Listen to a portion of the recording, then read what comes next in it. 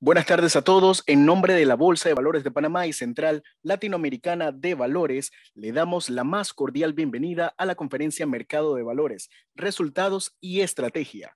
Antes de continuar, tendremos palabras de bienvenida por parte del presidente de la Junta Directiva del Grupo Latinex Holding, el licenciado Arturo Yerbó de la Guardia. Bienvenido, presidente. Bueno, muy buenas tardes a todos. En representación de la Junta Directiva de Latinex Holdings, les doy la cordial bienvenida a este evento, ya tradicional, en que les contaremos acerca de los resultados del mercado bursátil panameño y de la estrategia de nuestras principales subsidiarias, la Bolsa de Valores de Panamá y LatinClear. Lercy Batista, gerente general de LatinClear, nos presentará los resultados del 2020 y Olga Cantillo, nuestra vicepresidenta ejecutiva y gerente general, nos informará acerca de las estrategias de la empresa. Luego, nuestro amigo y expresidente de Latinex, Felipe Chapman, nos dará una conferencia magistral sobre las posibles consecuencias para Panamá por el deterioro de su calificación de riesgo, que sin duda será muy interesante. Le agradezco a Felipe que nos acompañe hoy y, aún estando a distancia, espero que se sienta en casa. No voy a entrar en detalles acerca de los datos del mercado y de nuestra estrategia, ya que de eso se encargarán Lercy y Olga, pero voy a tomarme algunos minutos para referirme brevemente a ciertos aspectos de importancia que enmarcan este evento. La crisis que aún estamos viviendo en el país y en el mundo entero, producto del profundo impacto de la pandemia causada por el COVID-19, nos ha traído nuevos e importantes desafíos a todos. Pero a pesar de ello, la empresa ha continuado operando en forma eficiente y efectiva, asistiéndose de una excelente administración que no me canso de ponderar y de herramientas tecnológicas de primer orden. Indudablemente son tiempos muy difíciles, pero la junta directiva de la empresa se siente complacida con los resultados logrados hasta la fecha y con muchas ganas de seguir aportando al desarrollo de nuestro mercado bursátil, con el ánimo de que funcione de una manera más transparente y eficiente. Esto, en el caso de Panamá, tiene relevancia no solamente para el desarrollo económico del país, sino también de la región. En esa línea, seguimos comprometidos con la implementación del plan estratégico del grupo y que recientemente actualizamos, el cual pretende convertir a Panamá en un hub regional del mercado de capitales. Para ello invertimos en la plataforma de negociación Nasdaq, que ya está completamente implementada y en funcionamiento en la bolsa. Y ahora estamos estudiando un proyecto igualmente ambicioso, que es modernizar los sistemas de LatinClear. El desarrollo de un proyecto como este conlleva un compromiso muy importante de parte de la administración y de la junta directiva, pero ya pasamos por una experiencia similar en forma exitosa en la bolsa, que en cierta medida nos servirá de guía.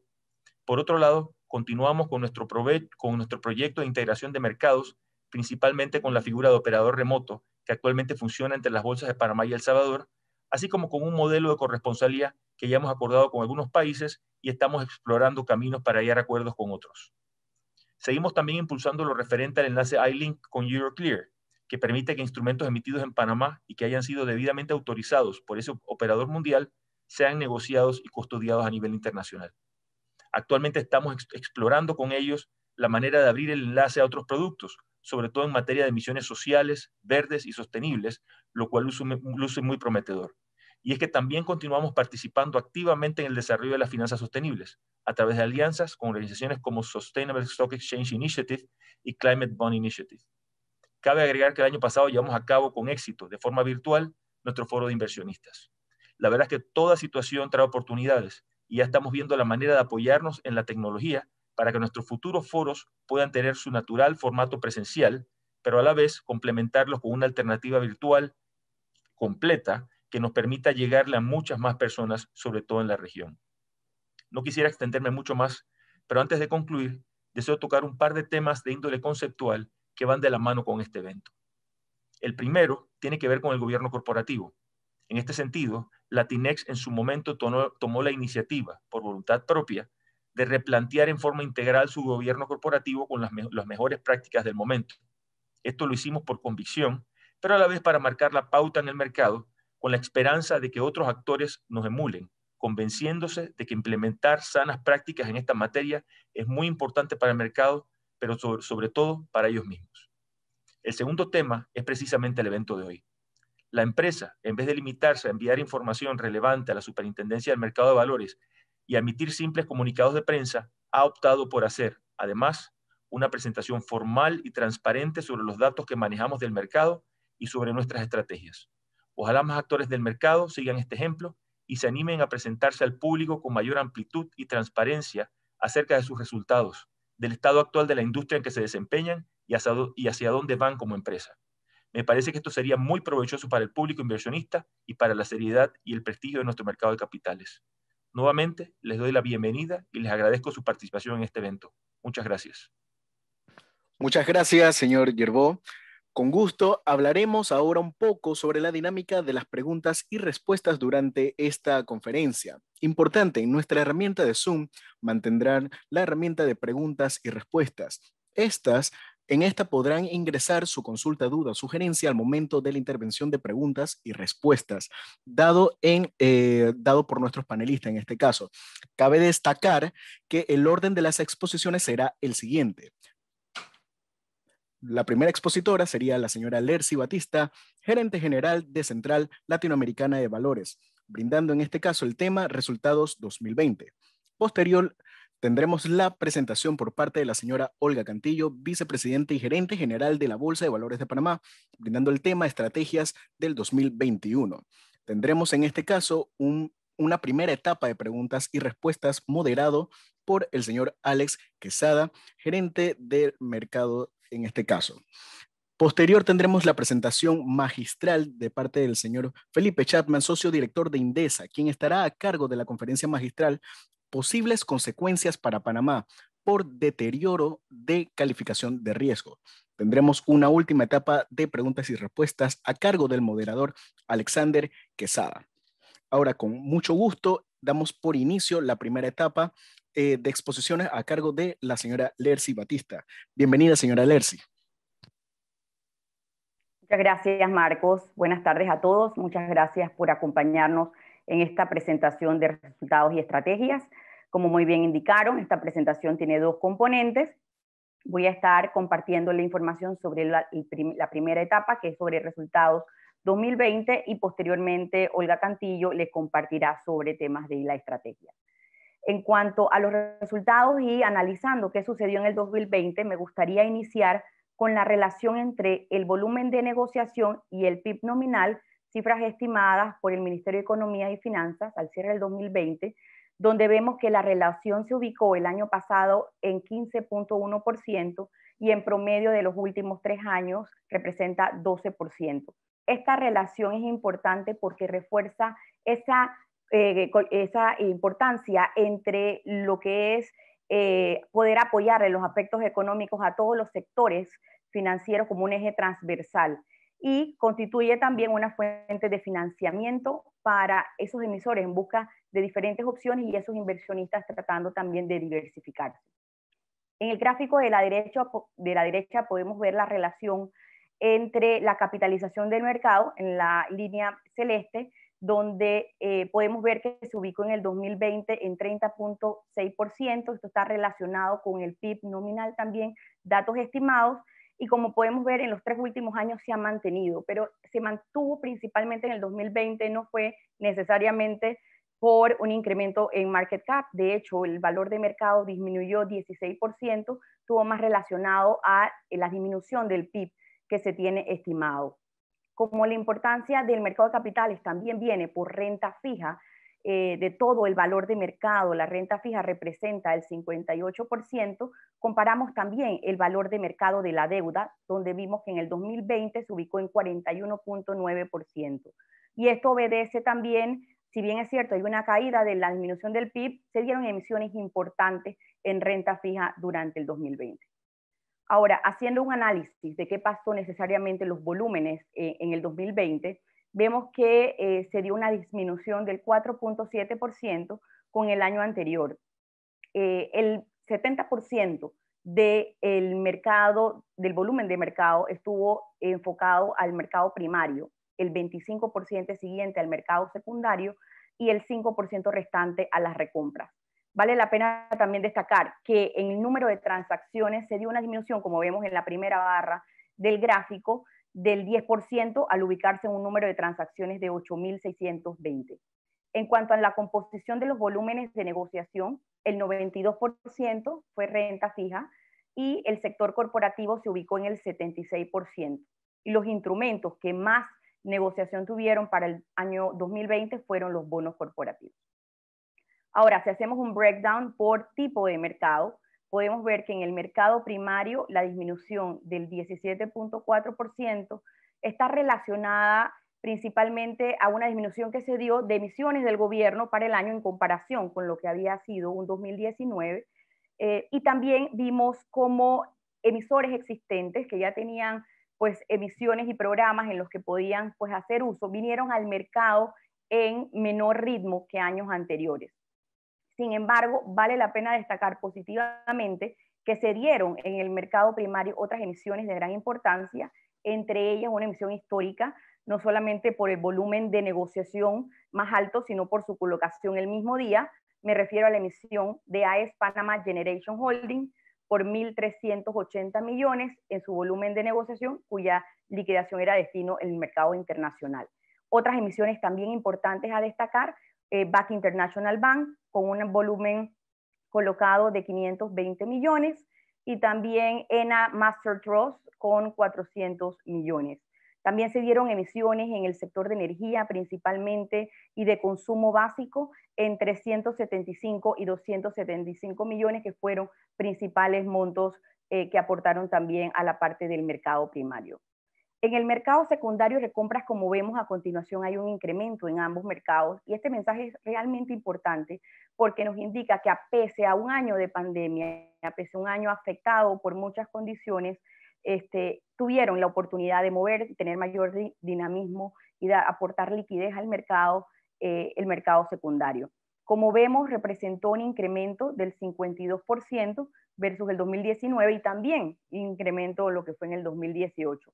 Este incremento se dio principalmente a las operaciones de recompras que realizó la República de Panamá. Eso fue en el mes de septiembre, y también a otros movimientos como son la Panota 2026 y el Pavono 2024 de la República, que tuvieron mucho dinamismo en el mercado secundario. En cuanto a las recompras, tenemos un incremento del 38%, y esto importante destacar, los movimientos estuvieron concentrados entre marzo y septiembre del 2020. Vimos también una extensión en los plazos, ellas venían promedios a estar entre 90 y 150 días, y se colocan básicamente en promedio en plazos de 180 días. Ahora, si analizamos las emisiones listadas, concluimos el 2020 con 219 emisores, 16 nuevos emisores que entraron a través de, se dieron 30 emisiones en nuestro mercado, y estos 16 nuevos emisores representaron el 53% de esas emisiones que llegaron el año pasado.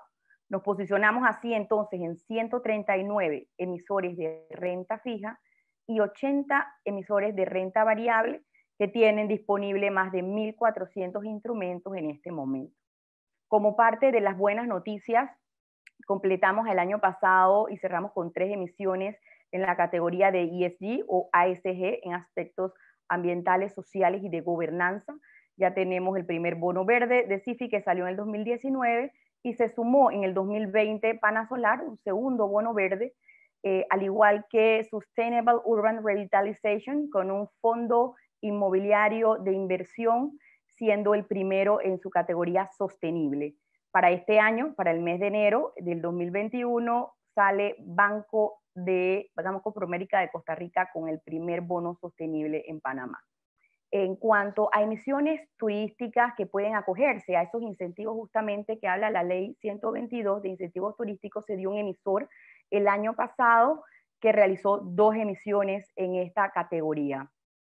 En el gráfico de la derecha podemos observar las nuevas emisiones corporativas que se listaron, cuyo total fue de 4.776 millones, y vimos de manera importante que el 71% vinieron a colocarse. El mensaje que nos lleva o nos deja a esta colocación, que supera los 2 años anteriores, es que vieron oportunidades en entrar al mercado en el 2020, probablemente por la disminución de tasas que se da en un mercado internacional, viendo búsqueda de liquidez y a la vez estructuras de refinanciamientos que ya tenían en marcha. En el siguiente gráfico podemos ver a modo ilustrativo los rendimientos, la curva de rendimiento siguiendo una tendencia logarítmica con un base en un promedio simple de la data. Como observamos, la del sector bancario se ubica por debajo del sector financiero y el no, de los servicios financieros, perdón, y el no financiero. El mensaje que nos da cuando analizamos la data del sector bancario, especialmente para las emisiones de un año o menos, que son los instrumentos, los BCN, vemos que al compararlas con el 2019 hay una disminución para el 2020 de alrededor de 25 puntos básicos en promedio. Si analizamos más allá, también al 2018, vemos que se suman 25 basis points adicionales para el 2020. En cuanto al valor de mercado, el total se cifra en 38.980 millones. La capitalización de mercado corresponde en un 42% y se ubica en 16.458 millones, mientras que el valor de mercado de la deuda se ubica en 22.522 millones y representa un 58%. Como hemos conversado en otros foros, una de las principales bondades del mercado de capitales es la diversidad de sectores e instrumentos que vienen al mercado de capitales, como podemos observar en las tablas. En cuanto al índice de la bolsa de valores, es un índice de retorno total que comprende las principales acciones comunes que están listadas. En este momento, al cierre del año 2020, se encontraban 21 de las 28 acciones comunes. Y esto representa un incremento con lo que se tenía al 2019, ya que formaban parte en ese momento 16 acciones. Ahora vemos un incremento de al menos 5 acciones. El índice reportó un yield to date de menos 21.6, propiamente por la disminución de precios que obedece a temas asociados a la pandemia, y sus mínimos estuvieron en 356.39 y el máximo en 360.55, como vimos en el gráfico. En la integración de mercados, y como estaba conversando el presidente de la Junta Directiva, es un proyecto muy importante para nosotros. Vimos un 2020 cerrar con 59 millones en el proyecto de la modalidad de operadores remotos, que hace un volumen total de negociación de 208 millones, en más de 1.060 transacciones. Podemos observar que el 50% ha sido ubicado principalmente en Ecuador, en El Salvador y en Panamá. Ahora, yéndonos al segundo modelo de acuerdos de corresponsalía que también tenemos activo, se realizaron el año pasado 41 millones en volumen de negociación, principalmente más negociados en Costa Rica. Este modelo se encuentra activo ya con Costa Rica, con Nicaragua, y el año pasado, en el 2020, también quedó habilitado con Guatemala. Así que es una área de oportunidad que también vemos que puedan realizar para el 2020. En cuanto a los activos bajo custodia, en la primera barra podemos ver el número de operaciones y vemos un incremento de las mismas, un incremento del 10%, al ubicarse las operaciones de Latin Clear en más de 68.800 transacciones. En cuanto a los mismos activos bajo custodia, podemos observar una disminución de 2.8% en comparación al año previo, y eso obedece a que, si bien es cierto, sí hubo un incremento en el valor nominal de la misma del 6%, la disminución en valor de mercado fue mayor, fue de 23%, justamente por caída de precios que hemos conversado a raíz de la pandemia. En la composición, en términos generales, se mantuvo muy similar: el 34%, instrumentos de renta fija, el gobierno con 30%, la renta variable ocupó el 21%, los fondos 13%, y otros instrumentos que tenemos, como son los CERPANES y los pagares hipotecarios y personales, se ubicaron en un 2% de la custodia. Con estos 24.938 millones total de activos bajo custodia, nos referimos a que un 26% de esa porción, es decir, 6.526 millones, representó aquellos instrumentos en el ILIN disponibles a través de este enlace que tenemos con Euroclear Bank, tan importante para nosotros, donde se encuentra activa en este momento la fase 1 de gobierno y cuasi gobierno. De este porcentaje, un 20% para el 2020 se encontraba en manos de inversionistas internacionales. y es importante destacar el crecimiento que tuvo en el 2020, ya que la relación en el 2019 había sido que de esa porción el 14% estaba en manos de los internacionales y vimos pues cómo cerró el 2020 con el 20%. Con esto me despido para la parte de cifras y los resultados del 2020 y le cedo la palabra a Olga Cantillo para la segunda parte de la presentación en cuanto a estrategias. Muchas gracias. Buenas tardes y muchas gracias, Lercy. Como bien comentaba el licenciado Arturo Yerbó, hicimos este ejercicio a finales del año pasado, donde nos replanteamos la estrategia del grupo para los próximos 3 años. Esto nos llevó a mantener los pilares en los que hemos venido trabajando desde ya hace 5 años, que se mantienen como eficiencia operativa, el mercado local y el hub internacional. Ahora más adelante les voy a hablar de eso, estamos acostumbrados a hablar del hub regional, y también sobre el compromiso que mantenemos en lo que tiene que ver con las finanzas sostenibles.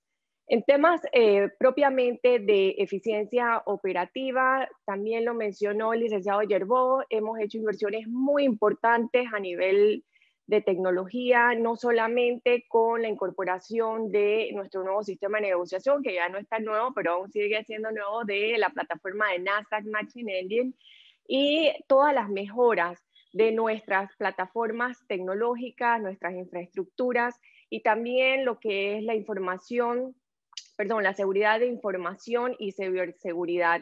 Son inversiones que vamos a seguir teniendo en los próximos 3 años y principalmente en el 2021, donde iniciamos con el análisis del reemplazo de nuestro sistema SICUS en LatinClear hacia una nueva plataforma de custodia que nos permita no solamente automatizar muchos de los procesos que hoy en día son manuales de cara a nuestros clientes y traer así entonces mayor efectividad en los mismos, sino también que nos permita contar con nuevos servicios y productos a nivel y desde nuestra central de custodia.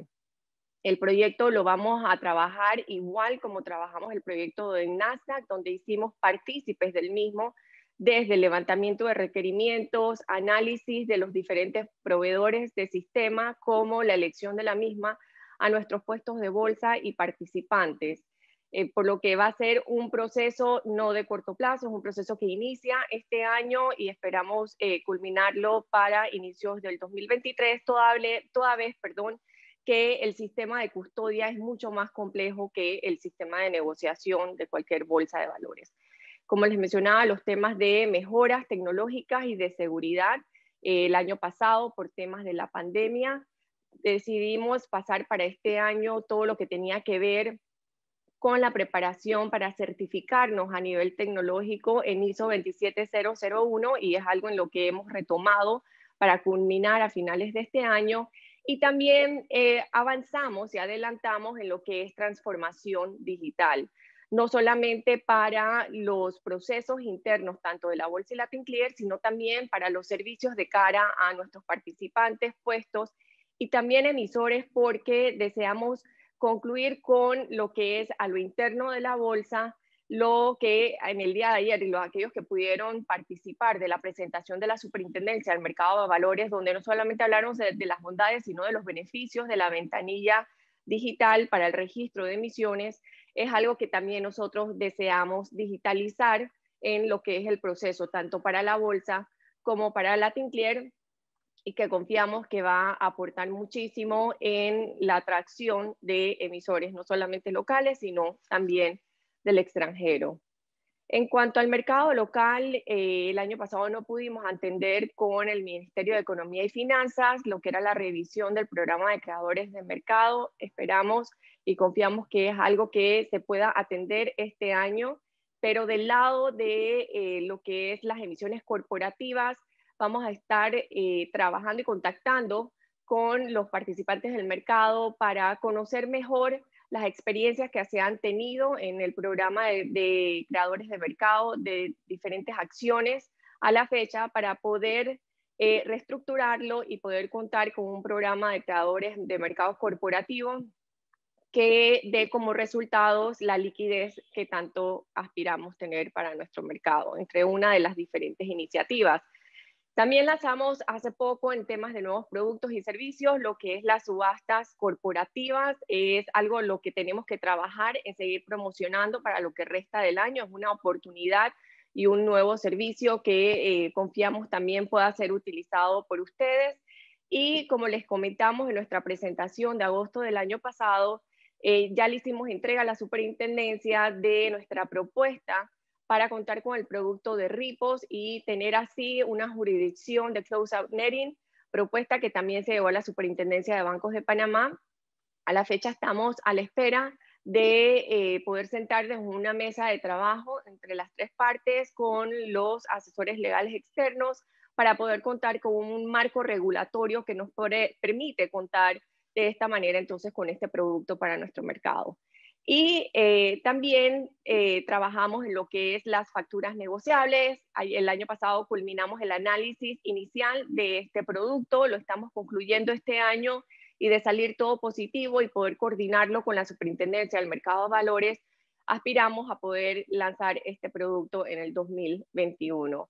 Entre los otros temas que estamos viendo con infraestructuras globales y a lo interno y que, como pudieron ver ayer, coincidimos en pro del desarrollo del mercado de valores, la Superintendencia del Mercado de Valores y nosotros. También estamos analizando para este año el producto de ETFs, que ha tenido una muy buena acogida en otros países de Latinoamérica y estamos haciendo una revisión de este producto también para lanzarlo para nuestro mercado. Como antes se llamaba el Hub regional, le hemos cambiado el nombre para actualizarlo a este pilar hacia un Hub internacional y brevemente les explico por qué. Pero seguimos trabajando en lo que es contar con un marco regulatorio adecuado, ágil y efectivo para el registro de las emisiones. Producto de ellos la iniciativa que presentó, como les mencioné, la Superintendencia con la ventanilla única de registro, y también con la seguridad y la confianza de una plataforma de negociación como la que tenemos nosotros. Esto nos permitirá entonces contar con una mayor cantidad de registro y listado de emisores, no solamente locales, sino extranjeros, como hemos venido teniendo en los últimos años. Cuanto al enlace de la iLink, reiterarles que seguimos trabajando con Euroclear. A finales del año pasado, precisamente en el mes de octubre, se tuvo una reunión con los altos ejecutivos de Euroclear, con el equipo del Ministerio de Economía y Finanzas y el ministro Héctor Alexander, con nuestro presidente de la Junta Directiva y ejecutivos de la Bolsa y LatinClear, para reiterar el compromiso de Panamá en mantener este enlace y definitivamente sentimos que de parte de Euroclear también se mantiene el compromiso no solamente en mantener el enlace, sino de también buscar nuevas alternativas de productos para el mismo. En cuanto a la integración de los mercados, como bien mencionaba el licenciado Yerbó y Lercy Batista, en cuanto a cifras y los avances que hemos tenido, ya estamos a la espera del regulador de Nicaragua para que podamos contar con los primeros pasos del proceso de integración. Ya fue presentado a los tres reguladores, tanto el regulador de El Salvador, Nicaragua como Panamá, fueron muy receptivos a iniciar este proceso, así que eso es muy positivo.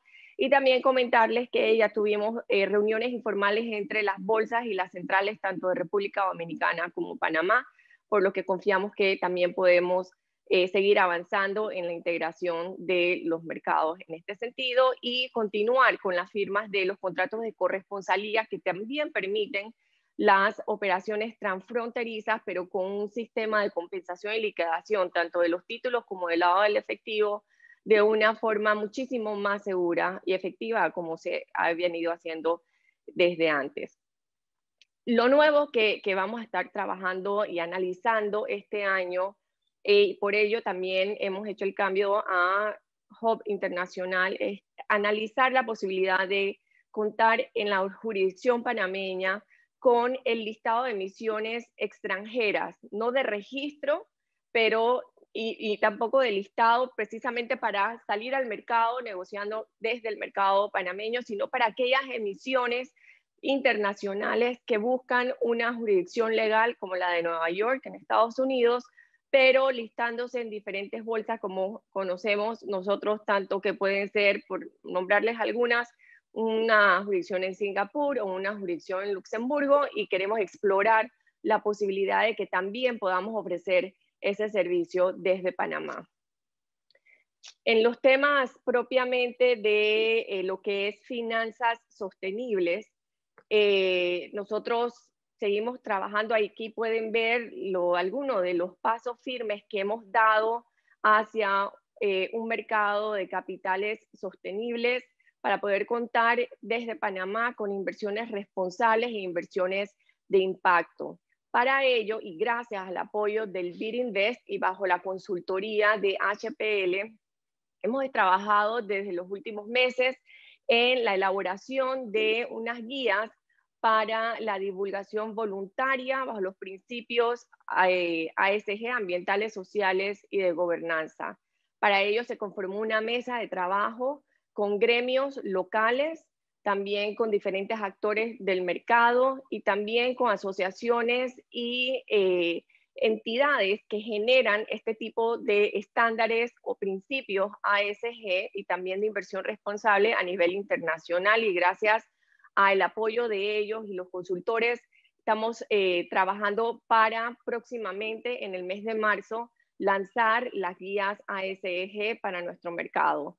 Estas guías lo que buscan es apoyar a las empresas a simplificar y estandarizar el proceso de desarrollo de su estrategia de sostenibilidad, para orientarlos también en el proceso de la elaboración de estos informes de divulgación voluntaria y también para poder implementar y la difusión de todas las iniciativas de sostenibilidad que hacen. En temas a nivel global y de mejores prácticas y estándares, recientemente son los inversionistas los que han hecho un llamado a estas empresas listadas en las diferentes bolsas a contar con estándares globales, porque existen hoy en día diferentes estándares, y es precisamente esa la razón por la cual tomamos la decisión de aplazar el lanzamiento que teníamos para inicio del mes de enero hacia el mes de marzo, para poder incorporar todas estas nuevas tendencias y mejores prácticas que se habían estado dando y que se están dando, o sea, en los próximos meses.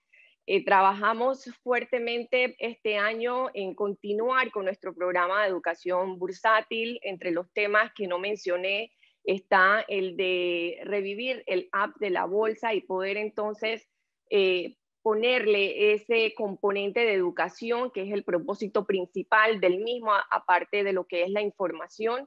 En cuanto a nuestro programa de educación bursátil, como les habíamos comentado anteriormente, tuvimos que irnos directamente a lo que fue la modalidad virtual, que ha sido muy beneficiosa por el alcance que ha tenido de hasta 1.700 participantes, y de hecho también con necesidades de capacitación por parte de personas del extranjero, a quienes vamos a poder atender a partir de este año. No lo pudimos hacer el año pasado, pero ya hemos conseguido la manera de poder atenderlos para este año.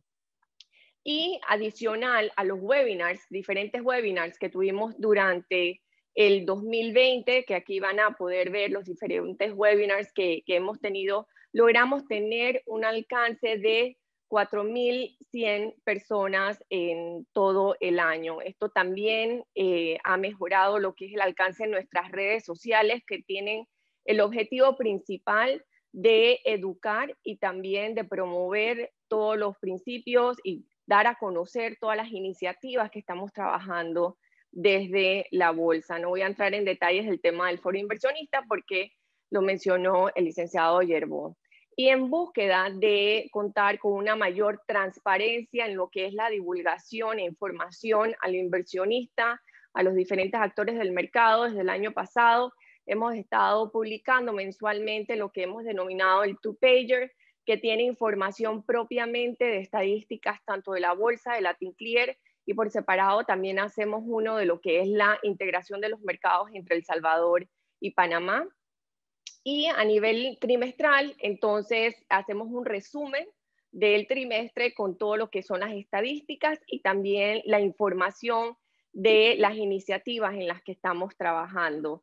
El año pasado, y por temas también de la pandemia, nuestra memoria anual fue virtual, algo en lo que vamos a continuar trabajando a partir del año pasado, y estamos próximos entonces a compartir con ustedes nuestra memoria del 2020. Antes de concluir, solamente decirles que para nosotros es importante destacar la necesidad de unir esfuerzos entre los diferentes actores del mercado, entre los gremios, los reguladores, las casas de valores, los inversionistas y estructuradores, la bolsa y LatinClear, para poder atender los diferentes retos que hoy en día enfrenta el país, pero también para atender las diferentes oportunidades que como país tenemos, las bondades y beneficios que desde Panamá podemos ofrecer no solamente a nuestros inversionistas locales, sino también a nivel internacional. Muchas gracias. Muchísimas gracias, señora Olga. En esta oportunidad les recordamos a los participantes que mantenemos habilitada en esta ocasión la sesión de preguntas y respuestas en una primera etapa. Les recordamos que mantienen en la barra de herramientas de la plataforma de Zoom una pestaña llamada preguntas y respuestas. En esta podrán ingresar sus consultas para que éstas sean resueltas por parte de nuestros expositores. Ahora, para poder pasar a esta primera etapa de preguntas y respuestas, vamos a cederle la palabra al señor Alex Quesada, gerente de Desarrollo de Mercados de la Bolsa de Valores de Panamá. Muchísimas gracias, Marcos, y muchísimas gracias, Lercy y Olga. Fantásticas presentaciones, ambas. Definitivamente que muchos planes que estamos desarrollando desde la Bolsa de Valores. Y comenzamos entonces con la sesión de preguntas y respuestas, que ya tenemos algunas por acá. La primera siendo: ¿qué esperan para este año en cuanto a tipo de emisiones y en qué sectores? ¿Esperan que se den cambios en las características de las emisiones o del tipo de inversionistas que usualmente han acudido a la bolsa?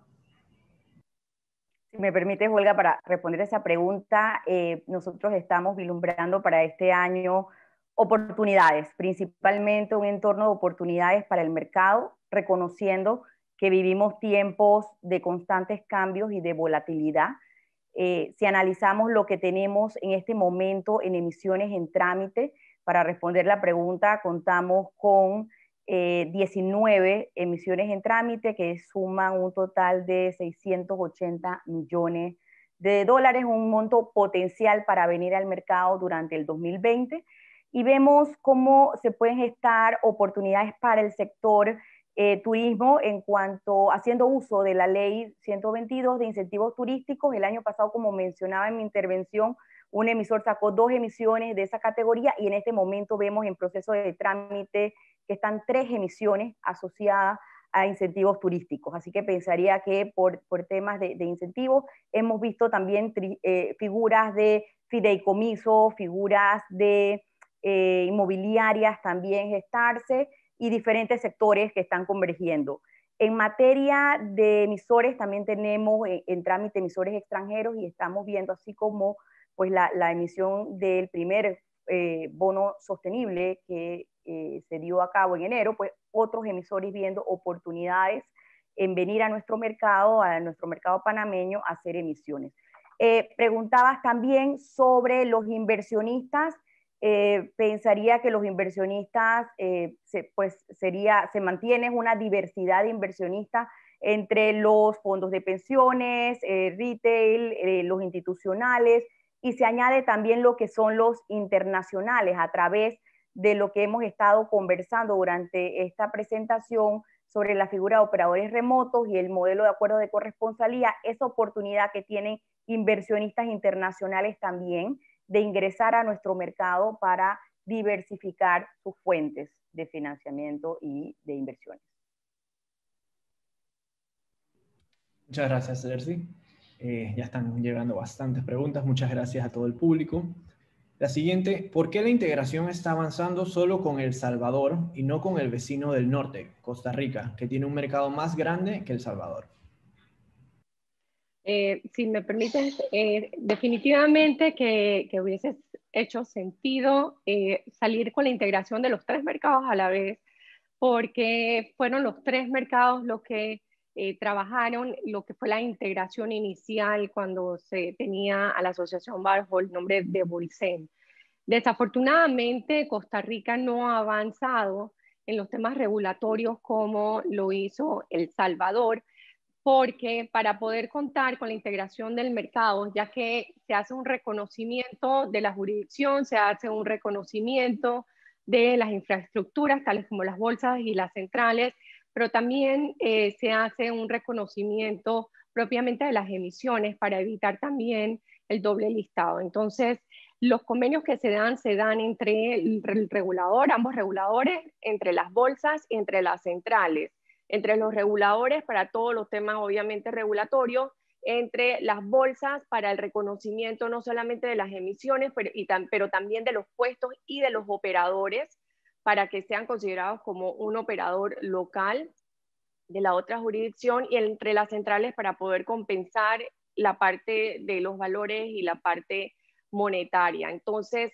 en ese sentido, El Salvador sí pudo hacer adecuaciones en su momento a la ley del mercado de valores para poder incorporar la figura denominada operadores remotos, que no se llama igual en El Salvador, tiene un nombre diferente, pero es la misma definición. Y del lado de Costa Rica, a pesar de los diferentes intentos que ha hecho la bolsa y que ahora se han hecho acercamientos también con la Superintendencia del Mercado de Costa Rica, que han sido varias, es que se está viendo ahora un movimiento. Se han hecho intentos, pero no ha logrado contarse con esa modificación del mercado de valores. Por darles un ejemplo, del lado de República Dominicana también se hicieron modificaciones a la ley, pero toda ley entonces tiene que ser reglamentada, y en esos momentos se ven las diferentes prioridades que tiene el país. Sin embargo, por eso se creó entonces lo que es la figura de corresponsalía que Lercy mencionaba cuando estaba hablando de las cifras, que llevamos 41 millones en el 2020 negociados entre Panamá y Costa Rica solamente bajo estas figuras. Eso no significa que entre Panamá y Costa Rica no se den otro tipo de operaciones transfronterizas que no están bajo estos modelos de integración de los mercados, pero aspiramos a que próximamente se puedan hacer las modificaciones en el país hermano para poder entonces contar con la integración también del mercado costarricense. Muchas gracias, Olga. Y por supuesto que esperamos contar con nuestros amigos no solamente de Costa Rica, sino del resto de los mercados miembros de América. Próxima pregunta. ¿En qué consiste la ley de turismo que se mencionó anteriormente? Sí, Alex. La ley de incentivos turísticos, la ley 122, lo que indica es un incentivo que se le da a los inversionistas en empresas turísticas y que buscan propiciar el financiamiento para el desarrollo de nuevos proyectos turísticos o nuevas etapas o incluso ampliaciones de proyectos turísticos ya existentes fuera del distrito de Panamá. Se les otorga un crédito fiscal equivalente al 100% de las sumas invertidas al primer adquiriente. Entonces, eso también es una herramienta, una propuesta que el gobierno, puso a disposición en el 2019 y ya se hace efectivo al 2020, donde hemos visto pues emisiones de bonos enfocadas a este tipo de financiamiento para proyectos turísticos. Gracias. Excelente. Ahí solamente para añadir, entre los webinars que nosotros tenemos planeados para este año y que hemos estado hablando también sobre la ley turística, el año pasado también hablamos sobre la ley turística, de incentivo turístico, y y tenemos planificado para este año también hacer lo mismo. Es un tema de constantemente y también utilizar nuestras redes sociales para poder educar en este sentido, ¿no? Que se vean los beneficios que tiene este tipo de ley. Gracias. Gracias por la aclaración. Fantástico. Tenemos una pregunta muy interesante de un tema que es muy de la actualidad. Entrar en la Bolsa de Valores de New York es fácil. Por ejemplo, Robinhood con un mínimo de $50 y sin comisiones. Mientras que en Panamá los puestos de bolsa exigen cantidades exageradas y comisiones que se comen los beneficios. Y me la llevo. La pregunta, sí, asumo que la pregunta sería ¿por qué no se hace algo por acá?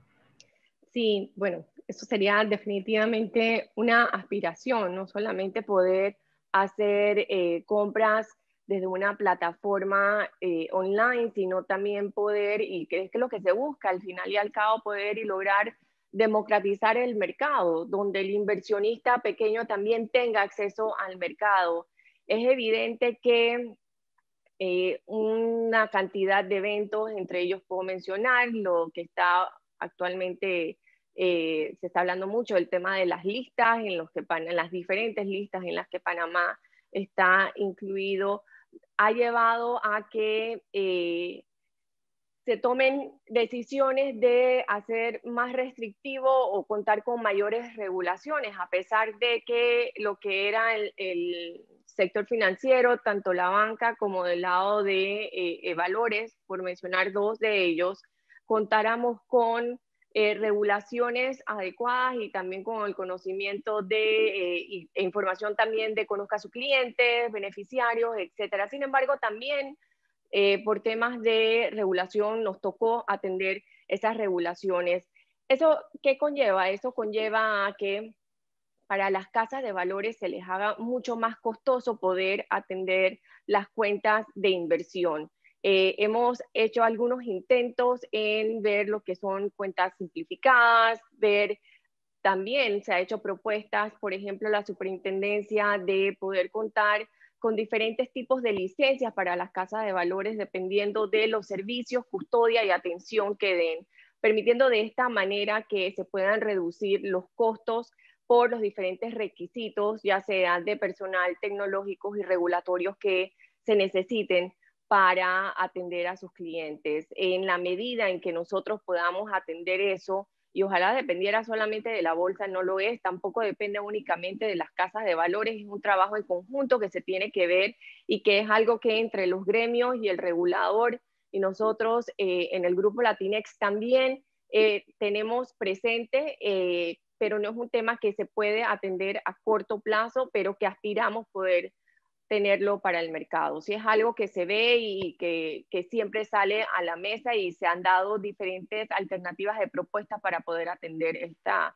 necesidad. Excelente, muchísimas gracias Olga y muchísimas gracias a los participantes que nos han enviado muchas preguntas tremendamente interesantes. Por cuestiones de tiempo vamos a entonces pasar con la conferencia magistral. Marcos, por favor. Perfecto, muchísimas gracias, Alex. En esta oportunidad le vamos a estar dando la bienvenida al señor Felipe Chapman, socio director de Indesa, quien estará a cargo de la conferencia magistral Posibles consecuencias para Panamá por el deterioro de calificación de riesgo. Bienvenido, señor Felipe Chapman. Muchas gracias. Es un gusto estar con ustedes. Como mencionara el presidente al inicio, es un regreso a casa. Yo invertí muchos años de mi vida vinculado a la Bolsa de Valores, así que para mí hoy el Grupo Latinex, para mí es un gran gusto participar con ustedes en la tarde de hoy. Ahora, antes de empezar, quisiera hacer un par de observaciones que me han dejado preocupado. Primero, la expectativa de una charla magistral, que por supuesto eso aumenta los niveles de ansiedad de la entrega que uno tiene que hacer para cumplir esas expectativas. Y lo otro, que quienes les ha tocado hablar en público, saben que hay 2 horas que realmente se convierten en un reto enorme, o un challenge, como dicen. Justo antes de una comida, ya sea un almuerzo o una cena, o un viernes a las 5 de la tarde, justo antes de un happy hour, donde la gente, aunque haya cuarentena al día siguiente, ya la gente está con muchas ganas de atacar ese estrés que nos ha acumulado toda esta semana y en pandemia, así que imagínense. Así que el reto es enorme. Dicho eso, prometo tener una presentación o una conferencia relativamente corta, sucinta, reflexionando sobre los temas que me han pedido, con el ánimo de no separarlos mucho de ese happy hour y eventualmente espero que de algún barbecue o algún otro entretenimiento que puedan tener en familia o en su burbuja, por supuesto. Dicho eso, si me permiten compartir pantalla, no sé si ya estoy habilitado para ello. Es correcto, señor Felipe, ya mantiene Perfecto, habilitada la opción. a abrir la presentación que tengo para ustedes y mi siguiente pregunta es si la pueden ver, ¿no? ¿Pueden ver la presentación en pantalla? En efecto, señor Felipe, ya podemos visualizar su pantalla. Muchas gracias. En términos de diapositivas son relativamente pocas, así que voy a tratar de hacer un equilibrio entre lo que vamos a ver gráficamente y los comentarios que vamos a hacer. El tema que me han solicitado es un análisis o compartir con ustedes una reflexión sobre las implicaciones que tiene el cambio de la calificación de riesgo para el país, ya sea desde el lado público como el lado privado. Es un tema que yo sé que no es ajeno, sino a todos, a la gran mayoría de los que nos acompañan en la tarde de hoy. Así que no me voy a detener en temas que son obvios y que son de su amplio conocimiento. Para primero ponernos en perspectiva, tenemos que ver la visión macro. Acabamos de culminar el año 2020, que ha sido un año probablemente el más duro desde un punto de vista humano y económico para el mundo moderno en los últimos 100 años o más. Y cuando se segrega por país, vemos países que no han tenido una situación tan difícil en lo humanitario, social, económico y en algunos hasta político a raíz de esta pandemia en más de 100 años, en algunos casos hasta 200 años, como por ejemplo el caso del Reino Unido que ha tenido una contracción económica brutal. Quisiera referirme entonces a los datos más recientes del Fondo Monetario Internacional para escoger solamente una entidad que ha hecho un análisis de las perspectivas económicas, un análisis de lo que ha sido, lo que fue el año pasado, que todavía no tenemos datos oficiales de todo el mundo, así que todavía estamos en estimación, y sus perspectivas para este año 2021. Y estos datos son actualizados recientemente en el mes de enero, así que tenemos pocas semanas de que estos datos sean nuevamente hechos públicos. ¿Qué está previendo el fondo? Primero, aunque ya haya terminado, es justo analizar lo que haya ocurrido en el año 2020. El mundo, según opinión del fondo, debió haberse contraído económicamente como un 3,5%, una de las mayores contracciones económicas globales en muchísimo tiempo.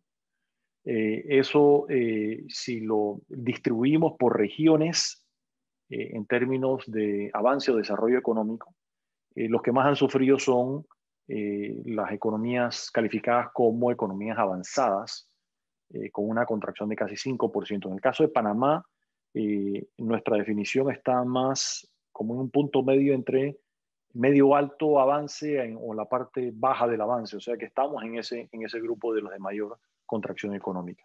Los países emergentes o economías emergentes, una contracción ligeramente inferior al 2,5%. Y otro elemento que incluye en este cuadro que es fundamental para Panamá, en el caso mundial de Panamá y otros países donde realmente le es totalmente indiferente, pero Panamá es muy importante por la correlación que hay entre el comercio mundial, su comportamiento, el volumen y no solamente la actividad del Producto Interno Bruto en Panamá, sino el impacto que tiene en uno de los sectores económicos más importantes de nuestra economía, que incluye la Autoridad del Canal de Panamá, incluye los puertos de transbordo de contenedores, todas las empresas que brindan servicios y productos en esa plataforma logística, y se ha demostrado a lo largo del tiempo de que hay una correlación muy fuerte.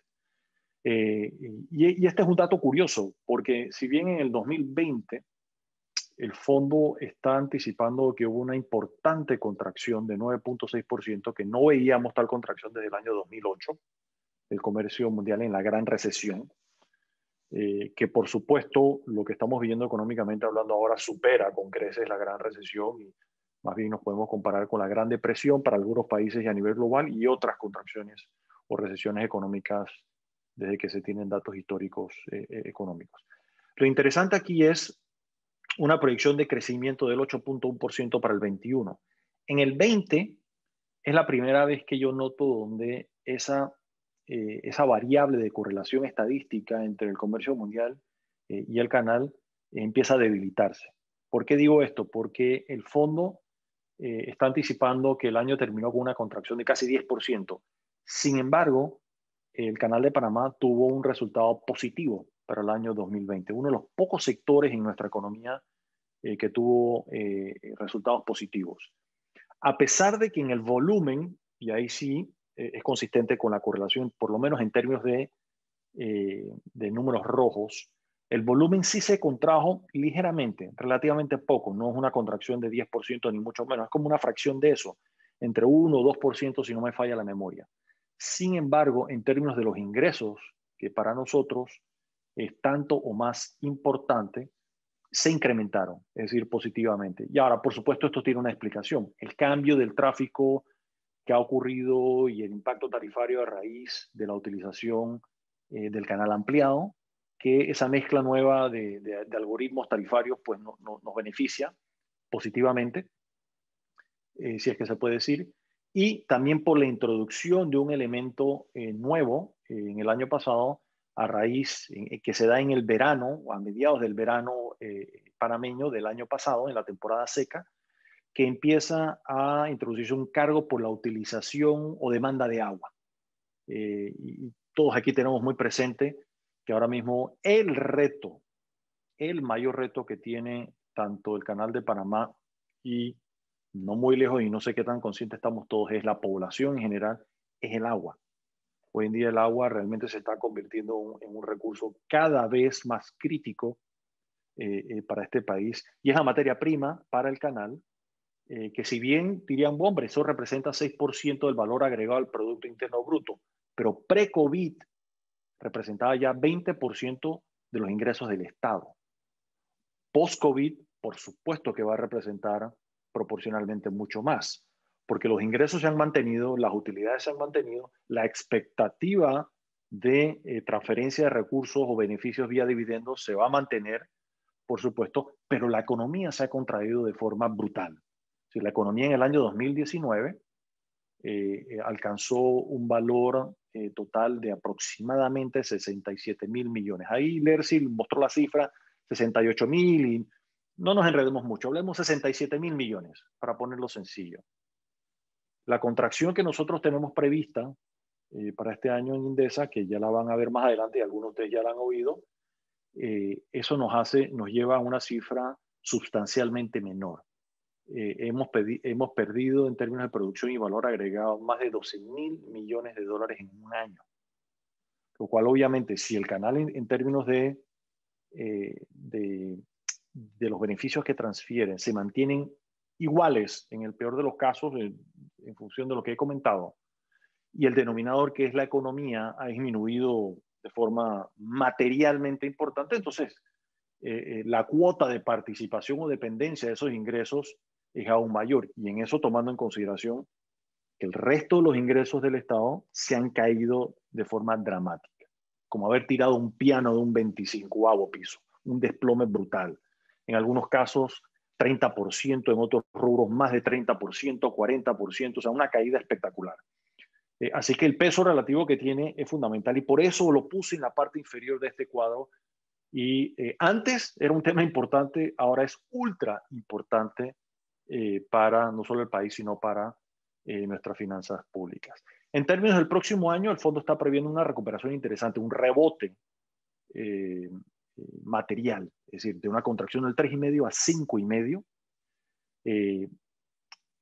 Vemos nuevamente la separación esa entre avanzados y emergentes, donde hay el rebote en los emergentes es aún mayor porque consiste en más del doble de la contracción, a diferencia de los países avanzados, donde el rebote va a ser inferior a la contracción. Es decir, en promedio, esos países avanzados, en el 21, todavía su Producto Interno Bruto va a ser inferior al pre-COVID, a diferencia de mercados emergentes donde ya van a haber alcanzado o estar muy cerca, o inclusive pueden haber pasado los niveles de Producto Interno Bruto pre-COVID, como es el caso de China. Ahí lo pueden ver en la parte superior derecha, una caída del crecimiento a 2,3, prácticamente el único país de crecimiento. Debe haber algún otro fenómeno por ahí en el mundo, pero de materialidad, con un rebote de 8,1% esperado para el 2020. El país donde se origina el virus obviamente con un régimen políticamente totalitario, autoritario, que aplicando medidas draconianas pues pudo contener el contagio del virus, que en economías liberales, en países de libertad de movimiento y de derechos humanos, pues obviamente fue mucho más difícil. Y cuando lo examinamos en países desarrollados como en Norteamérica, Europa, inclusive Japón, quedó claramente evidenciado. El otro país que hay que seguir la pista, la India, que tuvo una contracción mayor a la que se había previsto, o que se espera que va a ser de 8%, con un rebote superior a su contracción. No es con un multiplicador tan importante como la China, empieza a alejar esa brecha que venía cortando la China, la India de China. Y igualmente la China, a raíz de este fenómeno que acabo de comentar, empieza a cerrar aún más rápidamente la brecha que tiene entre el primer Producto Interno Bruto del mundo, que es Estados Unidos, y el segundo, que es China, que cada vez más se está acercando, y si se mantiene la tendencia, pues en algunos cuantos años va a ser la economía con el Producto Interno Bruto más grande del mundo. Para América Latina, que es obviamente la región de más interés para nosotros, el Fondo Monetario estima una contracción para el año pasado de 7.4%, y un rebote, una recuperación de 4.1% para este año. Insuficiente para recuperar el terreno perdido. Por supuesto, a diferencia de los Estados Unidos, donde la contracción se piensa que fue de 3.4 y se estima que la recuperación puede ser de 5.1, es decir, se debe poder recuperar gran parte, si no la totalidad, del terreno perdido. América Latina, aquí tenemos ya desglosado en gris las proyecciones que tiene el Fondo Monetario por país, y en verde la nuestra, el caso de Panamá. Esto es para el año 21, y más adelante les voy a comentar las del 20. En el caso de Panamá, bueno, la verdad que ya se los puedo ir comentando. Si en el caso de América Latina se está esperando o se espera una contracción de 7.4, la última estimación que hicimos en Endesa, que se la mostramos en detalle, segregado por sectores, donde hicimos todo el análisis de demanda y oferta, el modelo nos está arrojando una contracción para el año 2020 de aproximadamente 18%. Muy por encima, más del doble que el promedio de América Latina, y mayor a todos los números que ven en esta diapositiva. Me atrevería a decir que debe estar entre las 3 mayores contracciones económicas del mundo. En el caso panameño, cuando miramos nuestra historia, Panamá ha tenido, desde que es una república independiente, 3 grandes contracciones económicas. Pre-COVID, la mayor había sido en el año de 1988, hacia fines de la dictadura militar, producto principalmente no solo de la crisis política que inicia a mediados del 87, sino que se agrava de forma material con las sanciones económicas por parte del gobierno americano, congelando la totalidad de los fondos de la República de Panamá en ese país, y sanciones económicas adicionales para el país, teniendo por supuesto implicaciones en el sector privado, como fue el cierre bancario que algunos, los menos jóvenes como yo, lo vivimos también. Yo en esa época estaba estudiando, pero tenía fondos ahorrados congelados en bancos en la plaza. De allí vino un rebote 2 años después. En el 89 fue casi nulo, y en el 90 hubo un rebote de 9%. Pero fue un caso muy distinto al actual, porque en parte del rebote hubo 2 elementos que no se van a repetir. Uno, el descongelamiento de todos esos recursos que mencioné que estaban congelados en los Estados Unidos, y la consiguiente eliminación de sanciones económicas y comerciales para la República de Panamá, y un paquete de ayuda muy importante por parte del gobierno americano para ayudar a Panamá a salir del hueco y recuperarse las consecuencias no solo de la dictadura, sino de la invasión. Elementos que no van a ocurrir en Panamá por razones obvias que todos conocemos y entendemos. La otra contracción importante de la economía panameña fue en el año 46, que fue menor a la del 88, fue producto de la finalización de la Segunda Guerra Mundial. A diferencia del auge económico que hubo en otros países, aquí nos golpeó por la retirada del ejército americano, que tenía una presencia muy importante vis-a-vis el tamaño de la población panameña en aquel entonces y el tamaño de nuestra economía, afectando principalmente la costa atlántica panameña en el área de Colón, y de ahí empieza paulatinamente el declive del área de Colón, que fue muy próspera la primera mitad del siglo pasado. Entonces, con eso hemos puesto unas perspectivas, ¿no? de qué ocurrió y qué puede estar ocurriendo. Y cuando miramos hacia adelante, el Fondo Monetario, que tiene una cifra más optimista que la nuestra en términos de crecimiento para el año 21 y menos pesimista, dicho sea de paso, para el año 20, y está bien, son coincidencias, y eso me recuerda, y algunos de ustedes me han escuchado decirlo, y a uno de mis colegas también, cuando el Fondo Monetario se equivoca en sus proyecciones de Panamá, nadie se da cuenta, prácticamente nadie se da cuenta, no sucede nada. Sin embargo, si el fondo en América Latina se equivoca varios puntos en la proyección de Brasil, ruedan cabezas. Por supuesto, la economía más grande de América Latina. Así que ahí lo ponemos, que en efecto es el caso de Indesa. Indesa no se puede dar el lujo de equivocarse sobre las proyecciones de crecimiento de Panamá, y probablemente sí nos podemos dar el lujo de equivocarnos un poco más en Brasil, en Guatemala o México, por decir algo. En términos de contracción, el fondo está previendo la mayor contracción en Venezuela, bueno, otro año más de contracción económica impresionante, y el caso de Nicaragua. Recapitulando algunos de los datos que les he mencionado, sobre todo en la primera línea. 19 tuvimos un crecimiento de 3%, y vamos a ver en la siguiente diapositiva que esto ya era parte de una tendencia que, si dibujamos una línea imaginaria, tenía una pendiente negativa. ¿Por qué? Porque cada año, año tras año, veníamos disminuyendo la velocidad de crecimiento, lo que técnicamente a algún genio de economía se le ocurrió llamar desaceleración del crecimiento económico, que no es lo mismo que una contracción. Dicho sea de paso, mucha gente yo le he escuchado hablar en los últimos 5 o 6 años de que estábamos en una recesión, y realmente no entendía de dónde sacaban esas conclusiones. Pero bueno, ya mencioné el 18% para el año pasado, y principalmente el 18% se explica rapidísimo. Pre-COVID, los dos sectores que más contribuían en valor agregado a la economía eran, número uno, el comercio, poco más de 18%, seguido de la construcción, que tenía un peso relativo altísimo comparativamente hablando con prácticamente el resto del mundo, cercano al 17%, entre 16 y 17%, y de ahí entra a caer o a fragmentarse en mucho más. Ahora pensemos rápidamente. Comercio, al por mayor y al por menor, sobre todo al retail y al por mayor dentro del territorio nacional, totalmente parado. Totalmente parado. A raíz de las medidas exageradamente duras, y en mi opinión muy personal, eso no es una opinión de Indesa, es una opinión de Felipe. Como decimos en buen panameño, yo creo que se nos fue la mano bastante en pollo. Porque hemos visto otras economías que tomaron medidas mucho menos severas en lo sanitario y tuvieron mejores resultados tanto en salud como en lo económico. Pero bueno, eso es otra discusión de otro tema que puede tomar mucho tiempo discutir.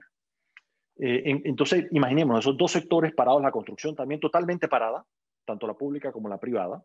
Era de esperarse que de salida ya venía una contracción importante. Y en adición a eso, estaban parados múltiples otros sectores. Turismo, hoteles cerrados, restaurantes cerrados, solamente entrega a domicilio, el famoso delivery, lo cual obviamente pudieron subsistir solamente los que lograron reinventarse, no solamente en términos de la entrega, sino en términos de nuevo de menús que me imagino les permitirían trabajar más de una forma industrial, más económica, menores costos variables, empaques imaginativos, es decir, con mucha creatividad, y seguramente ustedes conocen algunos inclusive vendiendo comida congelada para cocinar en casa, y me atrevería a decir que si no todos, la gran mayoría experimentamos eso, ¿no? Como clientes, pues no podemos salir de nuestras casas. Así que ese otro sector que empleaba mucha gente golpeado, pero de forma muy dura. Esto se refleja primero en una enorme cantidad de suspensión de trabajos. De la parte repasemos rápidamente el mercado laboral y ahí tengo la segunda línea, que es tasa de desempleo. Y ese 18,5% es un número que yo lo tomaría con un grano de sal.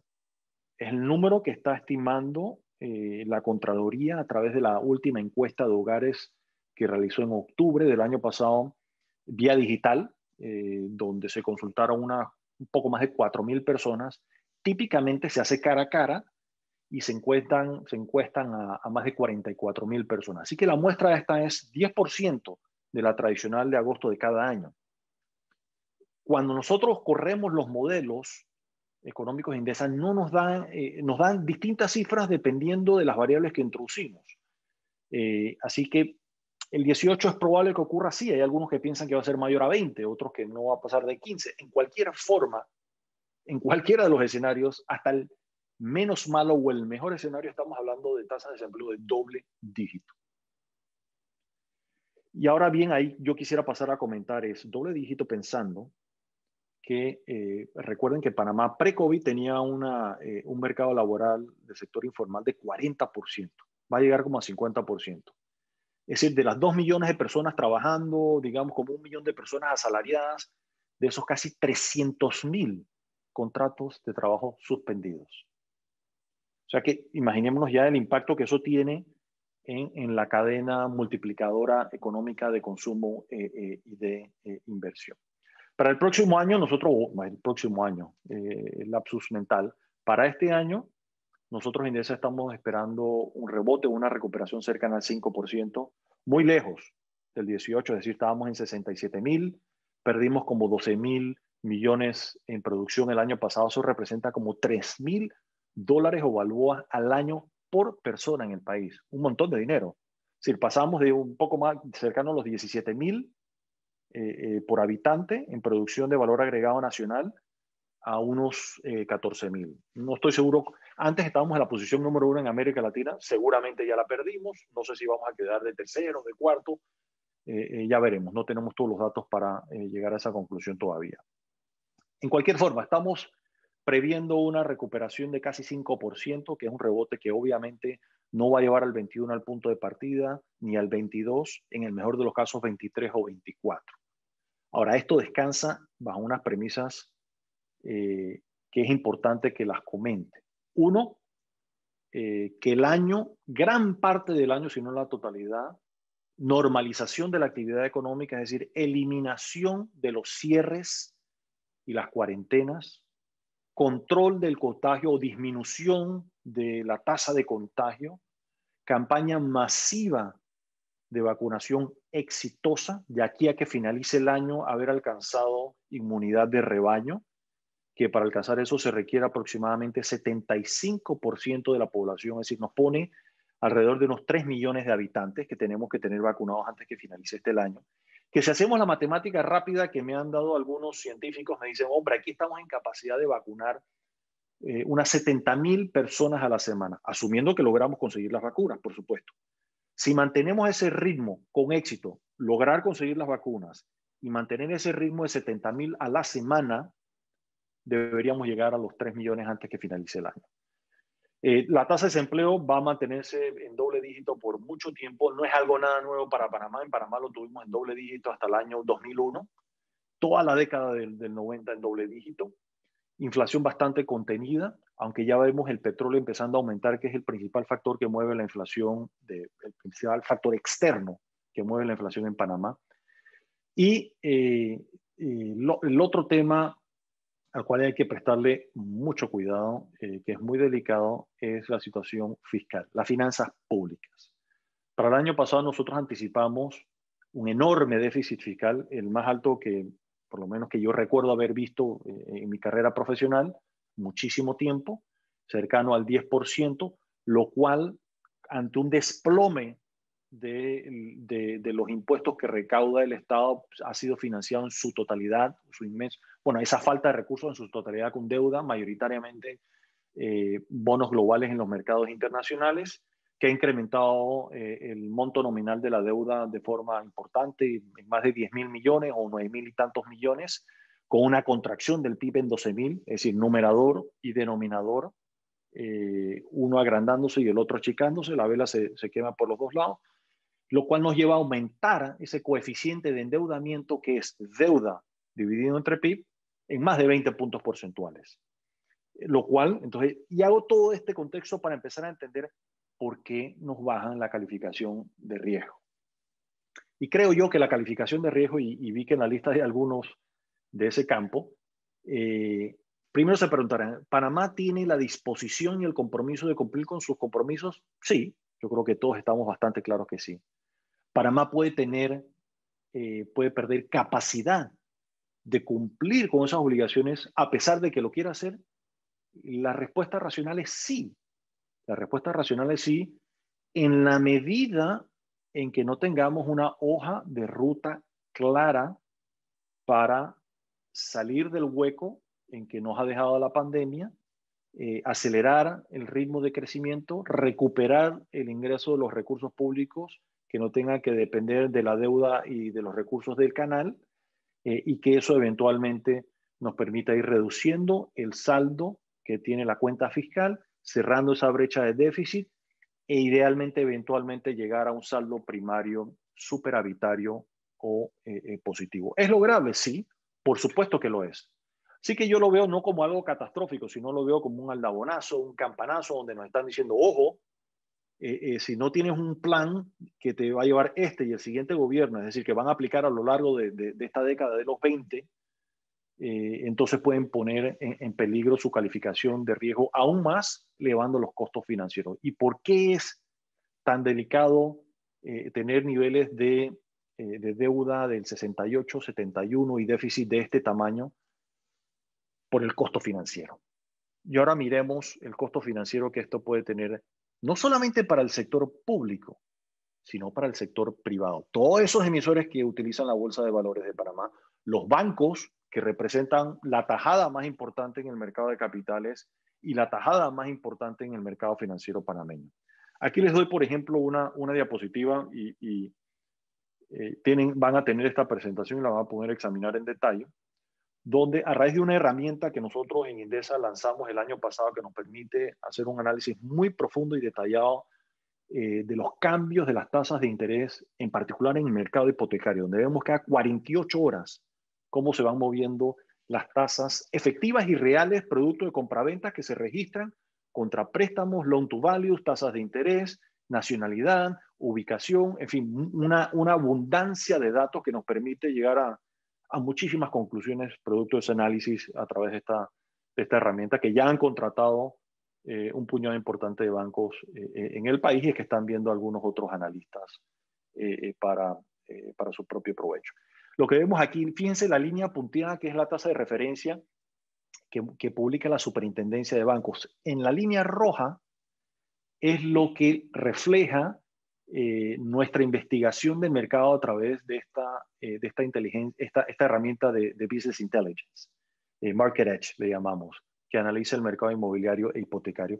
Y empezamos a ver que a partir de marzo del 19 empieza a separarse y esa separación empieza a abrirse aún más en la medida que transcurrió el año 2020. Un fenómeno bien interesante. Ahora pensemos grosso modo. Empecemos a seguir las tasas de interés a nivel global. Y aquí tengo un cuadrito de el referente que a mí más me gusta seguir y que sigo todos los días, es la nota del Tesoro Americano de 10 años. El Tesoro Americano sigue siendo el referente. Cada vez que hablamos de puntos básicos, basis points, margen, es sobre la canasta equivalente del Tesoro Americano, por lo menos hasta el día de hoy. Y yo lo veo así pasando por buen tiempo. Espero que por mi generación, por lo menos, para no complicarnos la vida en estos análisis. Tomamos el referente que hoy en día, en una época fue el de 30 años, hoy en día es el de 10 años, que tiene el mayor volumen de circulación en los mercados. Y fíjense lo que ha estado pasando en los últimos 3 meses. El rendimiento ha ido subiendo calladito, paulatinamente. A pesar de que el presidente de la Reserva Federal, el señor Powell, mencionó hace 2 días, en esta semana, inicios de esta semana ante el Congreso, de que iba a continuar con una campaña agresiva de mantener las tasas referentes de corto plazo, por supuesto, que es la herramienta que tiene, cercanas a cero, y contemplando también políticas de mercado llámese relajamiento cuantitativo, para afectar las tasas de interés de mediano y largo plazo, que incluye, por supuesto, el Tesoro, la nota del Tesoro de 10 años. El mercado pareciera que no le paró bolas, como decimos en buen panameño, y las tasas han seguido subiendo. Así que ya empezamos a ver ahí una desconexión entre lo que nos dice la Reserva Federal y lo que nos dice el mercado. ¿Y por qué esto nos debe interesar? Y aquí les voy a poner un cuadro que publica el MEF. Primero, revisión de la calificación de riesgo y después uno al reporte que circularon el día de hoy. Dicho sea de paso, este cuadro es del día de hoy y creo, si no me falla la memoria, lo habré bajado como a las 3:15, 3:20 de la tarde de hoy. Así que está ese dato de 1.46, es bastante fresco. Fíjense aquí abajo a la derecha cómo estaba la tasa del Tesoro americano. 1.05 estaba el rendimiento en eso y aquí ya vamos por 1.46, un aumento importante.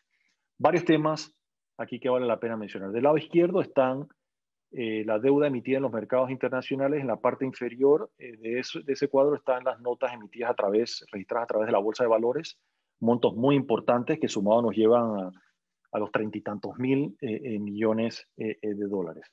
Varios temas que aquí yo los invito cuando reciben este cuadro a mirar. Uno, fíjense las fechas de vencimiento. Ya empezamos a ver en el cuadro abajo vencimientos que van del 21, el 22, el 23, el 24 y en el de arriba 24, 25 de miles de millones de dólares. Ahora yo les digo, con un déficit de esta magnitud, ¿podemos aportar dinero fresco para hacerle a esos vencimientos? No. Si acaso nos alcanza es para servir los intereses que vamos a tener flujo para el capital. De ahí el refinanciamiento, que es lo que hacen, si no el 99%, la gran mayoría de los estados en el mundo, te hacen los rollovers y los vas refinanciando.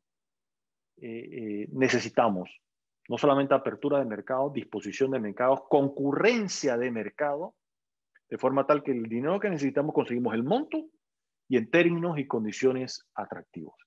Fíjense aquí los rendimientos pre-disminución de la calificación de riesgo. El rendimiento que está en el cuadro superior ahí, en el mero medio, debajo de donde dice MEF. Rendimiento, el punto más alto que podemos ver en ese cuadro, si puedo leer correctamente, 3.17. Ahora vayámonos a el día de hoy, el cuadro publicado el 26 de febrero. ¿Cuál es el mayor rendimiento que vemos en ese mismo cuadro? 3.93. Es decir, pasó de 3.17 a 3.93. Eso significa que si, esa es la tasa más alta. Y cuando miramos los promedios, pues tenemos que ver, obviamente, los puntos básicos, que aquí al día de hoy estaba en 163 y acá estaba en 146. Casi unos 20 puntos adicionales, puntos básicos entre aquel entonces. Pero el referente, el benchmark, se ha ido moviendo al alza. O sea que el costo efectivo para nosotros se ha ido aumentando. Entonces aquí se conjugan varios elementos. Si no nos tocan la calificación de riesgo, ya la deuda al día de hoy nos está costando más. Es decir, si hoy, sin una desmejora adicional de la calificación de riesgo, si acudimos al mercado a refinanciar esa deuda, nos está costando en promedio por lo menos 20 puntos básicos adicionales. Y dependiendo del tramo nos cuesta mucho más nos está costando. Lo cual, obviamente, que cuando estamos hablando de miles de millones de dólares, el mordisco que eso le pega a los ingresos públicos es importante.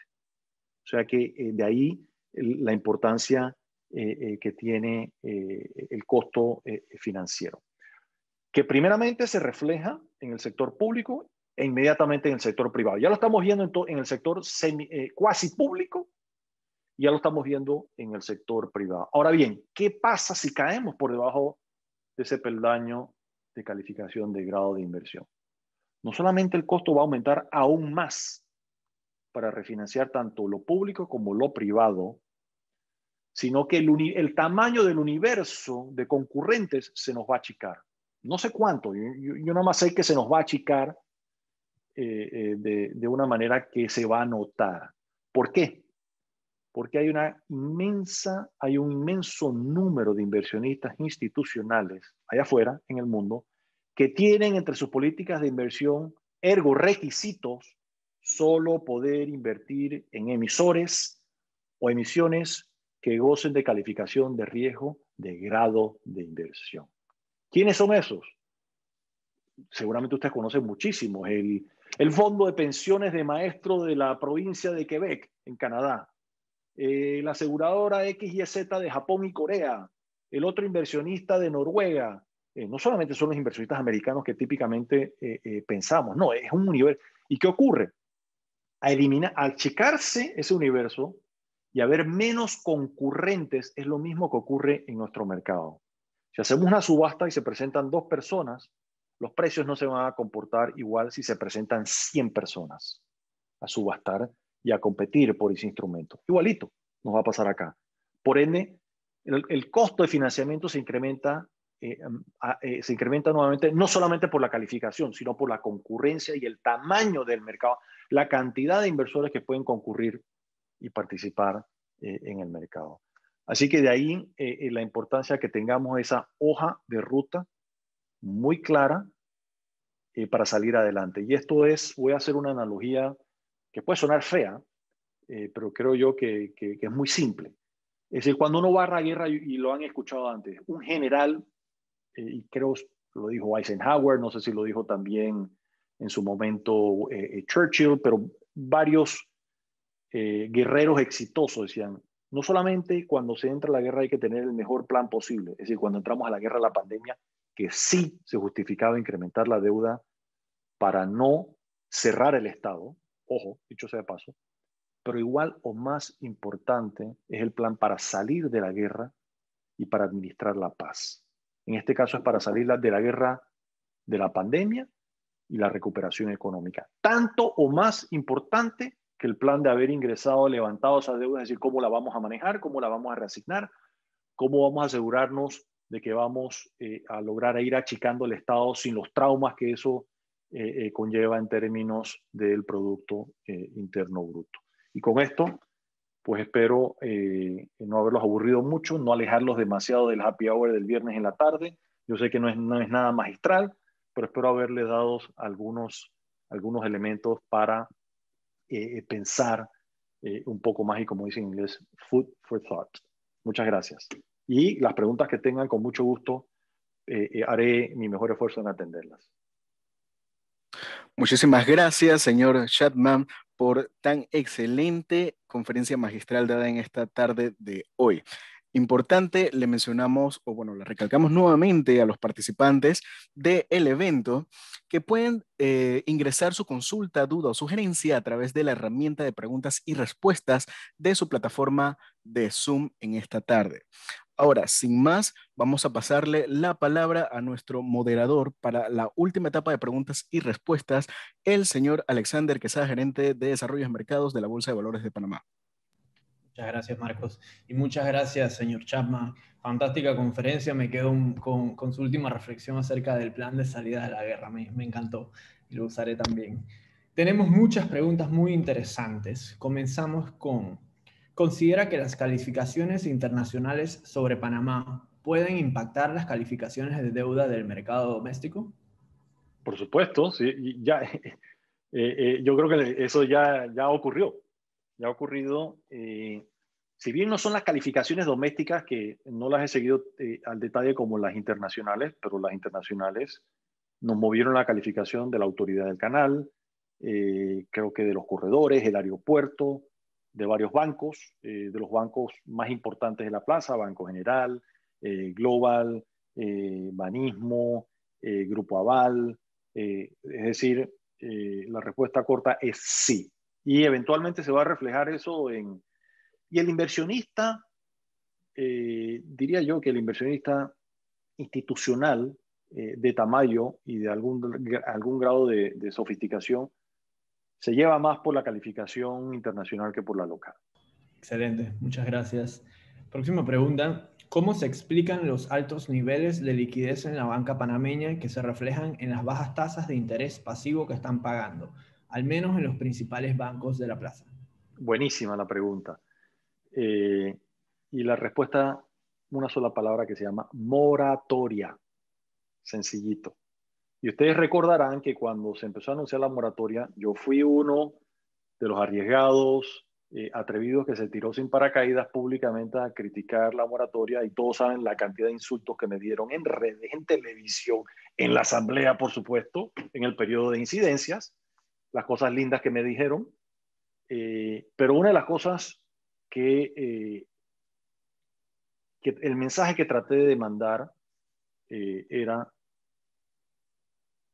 más allá de la solidaridad que debemos tener con las personas que han perdido su trabajo o que sus trabajos han sido suspendidos, con lo cual debemos ser solidarios, sin lugar a duda, y hay muchas formas de hacerlo, y la moratoria no es una de ellas. ¿Por qué? Porque la moratoria eventualmente lo que se iba a traducir era un aumento de la liquidez y una disminución de los préstamos, que en efecto, dicho y hecho, ocurrió. Es más, les digo, ocurrió a niveles más altos y más rápidos de lo que yo tenía previsto. O sea que en ese sentido inclusive me equivoqué, pequé de conservador. Así que eso que se comentaba de que se iba a traducir en menos préstamos, de hecho ha ocurrido. Y que está ocurriendo también a raíz de una economía cerrada, completamente cerrada. Las personas que sí continuaron recibiendo ingresos, inclusive la capacidad de gastar en consumo se vio truncada. Yo no podía ir al cine, yo no podía ir a un restaurante, no podía salir a comprar una refrigeradora. Si el consumo y la inversión en bienes duraderos se desplomó. Entonces, ¿y dónde está ese dinero? Obviamente se mantuvo y se fue acumulando en liquidez de los bancos. Y en adición a eso, dinero que, a pesar de dinero que se fue del país. Dicho sea de paso. Y esa liquidez, obviamente, los bancos quisieran salir a prestarla, pero ante la ley de moratoria no encuentran suficientes potenciales clientes para poder prestarles que sean consono con esa ley de moratoria. Muchas gracias, y muchas gracias a todo el público que sigue enviando sus preguntas. Tenemos espacio para una última pregunta en este caso. ¿Qué debe hacer el Estado para estimular a la economía? Bueno, ahí, y probablemente muchos que han estudiado en algo estos temas sabrán la respuesta, ¿no? Yo, y muchos de los que me conocen saben que yo soy de pensamiento liberal, pero inclusive los que tenemos ideas liberales en lo económico y en lo político, no liberal a lo tipo americano, liberal a lo tipo más bien filosófico, de libertad, muchos tenemos algo de keynesianos, por supuesto. ¿Y de dónde viene eso keynesiano? Pues es la política o las ideas que popularizó John Maynard Keynes durante la Gran Recesión en el Reino Unido, donde invitaba o en alguna medida retaba al Estado a gastar más desde un punto de vista fiscal y a inyectar liquidez por parte de la política monetaria para estimular el gasto, o sea, el consumo y la inversión, en este caso primordialmente, bueno, pública y que tuviera un derrame en la parte privada. Recordemos la famosa formulita esa del Producto Interno Bruto, que es consumo, inversión en ambos lados, público y privada, exportaciones menos importaciones. Así que si se nos cayó como un piano el consumo y la inversión privada, si dejábamos caer la pública, el golpe hubiera sido peor. Ahora bien, en nuestra economía, por cada dólar de consumo y gasto público hay 4 o 5 del lado privado, así que los números no daban de que el gobierno podía sustituir esa caída, pero sí podía por lo menos hacerla menos dolorosa, y entiendo yo que eso es lo que ha tratado de hacer el ministro Alexander. Pero yo creo que la política económica, lamentablemente, el presidente de la República no ha permitido que la ejerza el ministro Alexander, sino la ha ejercido el ministro de Salud. Tan sencillo como eso. No han dejado a los especialistas hacer su tarea desde el punto de vista económico. Eso es lamentable, ¿no? Porque yo creo que el ministro es un hombre muy capaz y un hombre muy serio, ¿no? Él tiene cosas de mi respeto. Y empezaba por levantar recursos que no íbamos a tener o perder, y de allí con un plan muy agresivo de cómo vamos a usar esos recursos.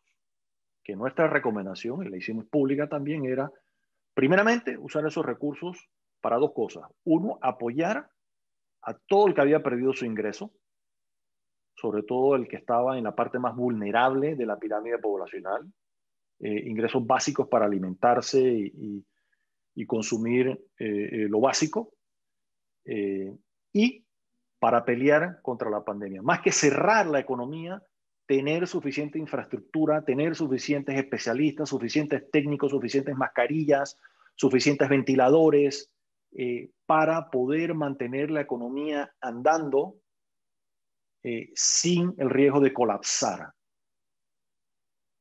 Ninguna de las dos cosas ocurrió, lamentablemente. Así que yo creo que ahora llorar sobre la leche derramada no tiene ningún valor. El gobierno puede hacer algo más de aquí en adelante, por supuesto que sí, puede hacer muchísimo.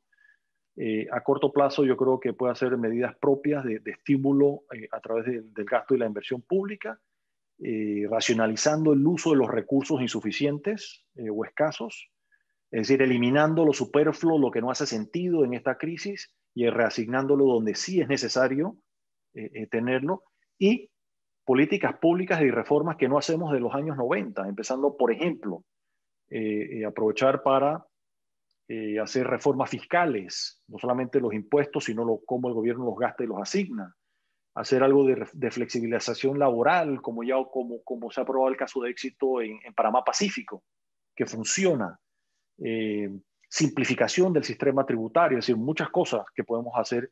Y por supuesto a mediano y largo plazo en esa reasignación de recursos, hombre, invertir en educación, invertir más en salud, más y mejor en justicia, para que algún día confiemos en nuestro sistema de justicia, que a su vez trae inversiones, ¿no?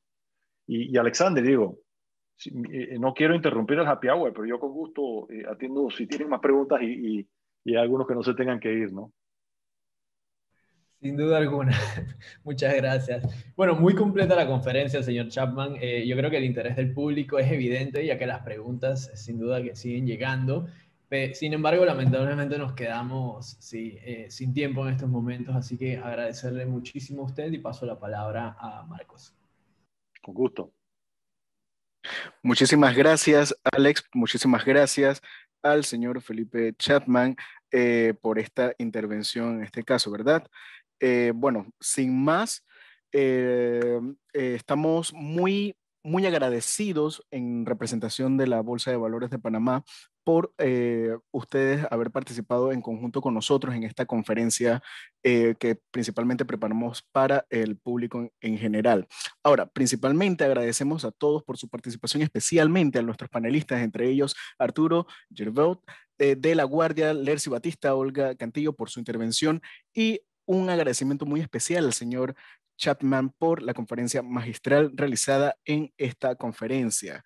Adicional, les invitamos a estar pendiente de nuestras redes sociales para participar de nuestro próximo evento, el Ring the Belt, a celebrarse el próximo 10 de marzo a las 4 p.m. Adicional, les comentamos que como Bolsa de Valores de Panamá contamos con el programa de educación bursátil abierto para el público en general, con capacitaciones como Hablando de Bolsa, curso intensivo El ABC de la Bolsa, alternativas de inversión, cómo invertir en renta fija, análisis técnico, entre otras más. Para más información sobre nuestras capacitaciones, puede escribirnos por medio del correo electrónico educacion@panabolsa.com o visitarnos en nuestra página web www.panabolsa.com. A la vez, les exhortamos a estar pendiente de nuestras redes sociales, a la vez de nuestros comunicados, por medio de Facebook, Instagram y LinkedIn, para participar de más intervenciones como esta bajo el nombre de la Bolsa de Valores de Panamá. Que pasen una excelente tarde y un excelente fin de semana.